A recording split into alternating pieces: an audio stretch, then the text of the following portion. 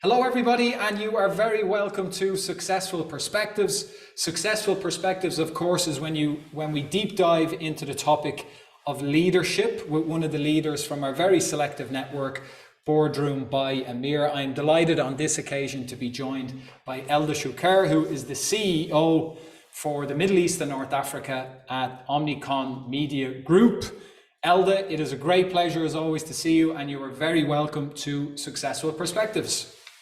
Thank you.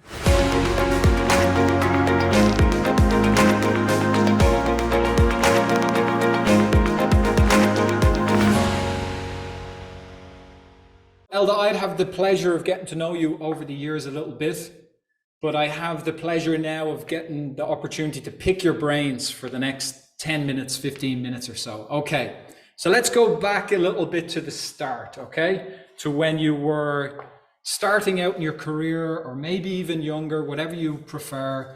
Was there someone that you looked up to when you were younger that represented the kind of leader you wanted to be, that you think now that you've kind of obviously risen to the top of an important organization, that you look back and you realize, and these were the people that helped to shape me?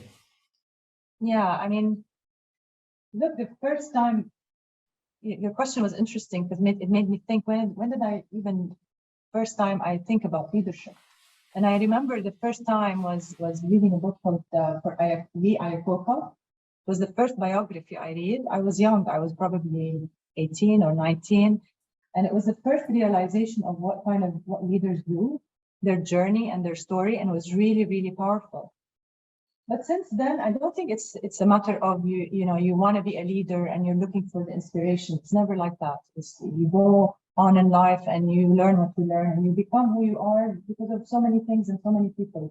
So I really truly believe there's not one thing or one person who would really shape you in such a way. It's really the collective of your experiences. I mean, that's the truth.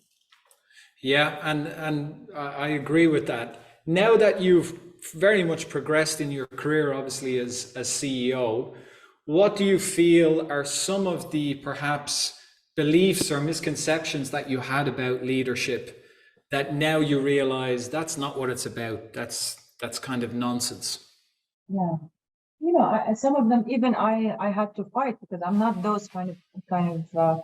I don't have these characteristics, but some of them are being an extrovert, for example, that leaders are extroverts. I don't believe that. I think even some of the best ones like Steve Jobs, I don't think he was an extrovert. Some others are also, that leaders have to know it all. Also, I don't believe that. I don't believe they should be leading in a specific style, one style only, because that doesn't work. We all think, what makes you a great leader is that's one thing that makes you a great leader. It's not that one thing. I believe it's how you change, even depending on the situation or the people you work with.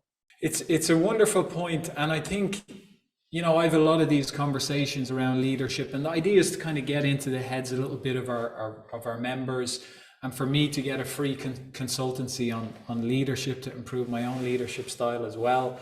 And I think one of the most toxic things that we've managed to create as a society is this idea of what a leader is.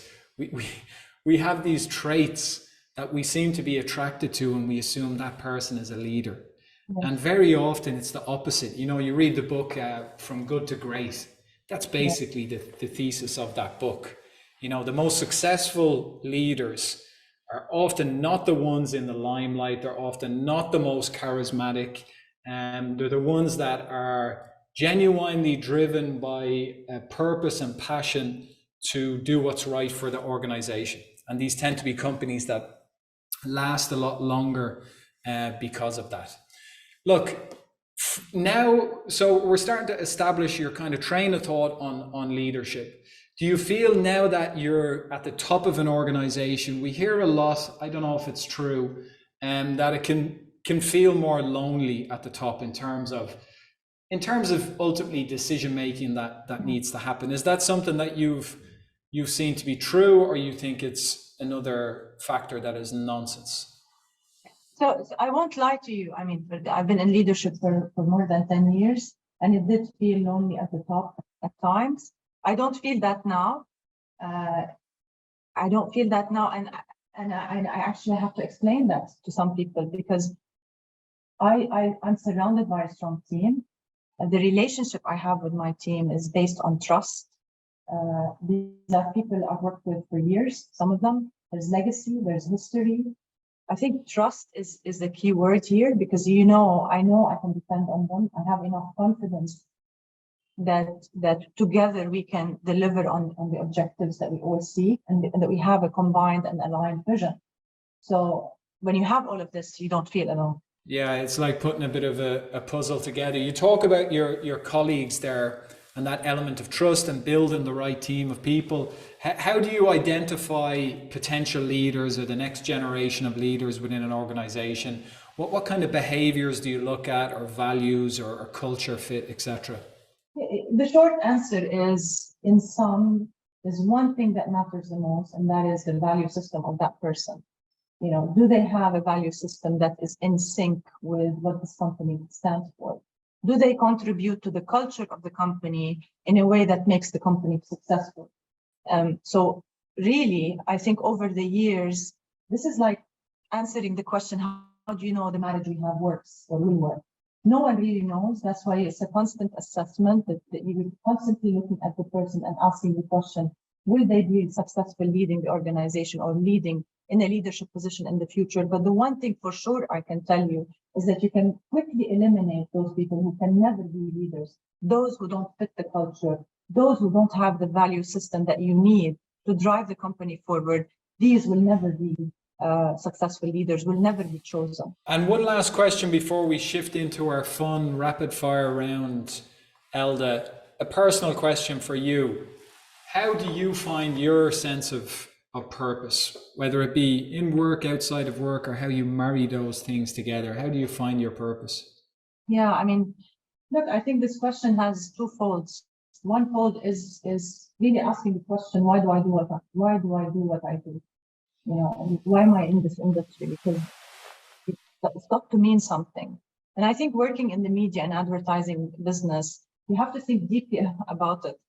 I don't think many people understand what's the purpose of advertising. Reality, when done well, at its best, advertising provides choice. Advertising is a platform to give information to consumers so they can pick and choose what's right for them. And that's really, really powerful. Now, on a personal level, that's the second angle of this question. What's my personal purpose? What drives me? And the answer to that is my family. And I know that sounds counterproductive, because how could you be working so hard or in this position, yet your purpose is your family. And the answer to that is, I am happy and fulfilled doing what I do because I love what I do. And if I'm the best version of myself every single day, then I can be that person to my family. I can be a better mother, a better parent. I can inspire them. I can nurture them better. And you take that same thing that drives me at home is also the same thing that drives me at work, because I feel, again, at my best if I'm able to inspire somebody and help them grow. No, that isn't counterproductive at all, and you've articulated very eloquently, and it makes sense, right? Because you're feeling fulfilled, because you're getting up each day with a sense of purpose for your work, which then translates into a sense of purpose for your family, or providing for your family. So it very much makes sense. Elda, as always, a pleasure to chat with you. Thank you very much for being on Successful Perspectives and sharing your time with us. Thank you for having me.